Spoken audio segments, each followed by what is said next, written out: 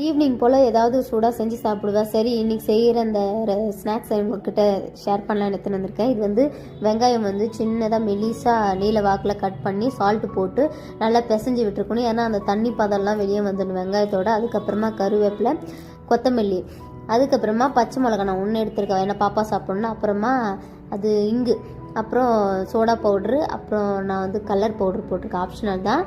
கரம் மசாலா, அப்புறம் chilli powder, இதை போட்டு இஞ்சி பூண்டு பேஸ்ட்டு, அப்புறம் கடலை மாவு, அப்புறம் அரிசி மாவு எவ்வளோ தேவையோ அவ்வளோ நீங்கள் எடுத்துக்கோங்க. நான் அவ்வளோதான் எடுத்திருக்கேன். அப்புறம் லாஸ்ட்டாக சோம்பு, அப்புறமா உப்பு, இதை போட்டு நல்லா மிக்ஸ் பண்ணி விட்டுக்கணும். எல்லாமே சால்ட்டு எல்லாம் போட்டிருக்கோம்ல, அதெல்லாம் மிக்ஸ் பண்ணி விட்டுட்டு டம்ளர் தண்ணி எடுத்துக்கோங்க. அதை வந்து எந்த அளவுக்கு தண்ணி தேவையோ அந்த அளவுக்கு தண்ணி தெளித்து விட்டு பிசைஞ்சிக்கணும். ஏன்னா ஜாஸ்தி ஆச்சுன்னா கஷ்டமாயிடும். மீடியமாக எந்த அளவுக்கு வேணுமோ அந்த அளவுக்கு வேணுன்றதை தண்ணி தெளித்து பிசைஞ்சிக்கணும். இப்போ ரெடி ஆகிடுச்சு. அது கொஞ்சம் நேரம் அந்த மசாலாலாம் ஊருட்டும். எங்கள் ஹஸ்பண்ட் தூங்கிட்டு இருக்காங்க, பாப்பாவும். அவங்க வர வரைக்கும் கொஞ்சம் அதுக்குள்ளே பால் ரெடி பண்ணி வச்சிடலாம். அவங்க வர்றதுக்குள்ளே இப்போ தான் சூடாக போண்டா அப்புறமா டீயும் சூடாக குடிச்சு செம்ம டேஸ்ட்டாக இருக்கும். சரி அந்த டைமில் குடிக்கலான்ட்டு முன்னாடி இப்போ டீ வந்து கொதிக்க வச்சு டீ ரெடி பண்ணி வச்சுக்கலான்ட்டு வச்சேன்.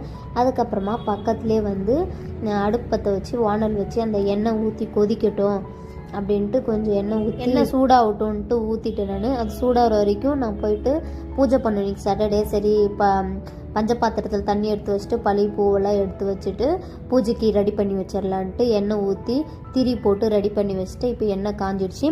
இப்போ வந்து அளவான சைஸு, எவ்வளோ சைஸு நான் சின்னதாக தான் எடுத்திருக்கேன், சின்னதாக பிடிச்சி அதை எண்ணெய்க்குள்ளே போட்டிங்கன்னா இப்போ போண்டா ரெடி. அதுக்கப்புறமா ஹஸ்பண்டு பாப்பா வந்துட்டாங்க. அப்புறம் டீ போண்டாவை எடுத்துகிட்டு வந்து வச்சேன். இப்படி தான் இருந்துச்சு. செம்ம டேஸ்ட்டாக இருந்துச்சு. எவ்வளோ சூடாக இந்த கிளைமேட்டுக்கு செம்மையாக இருந்துச்சு.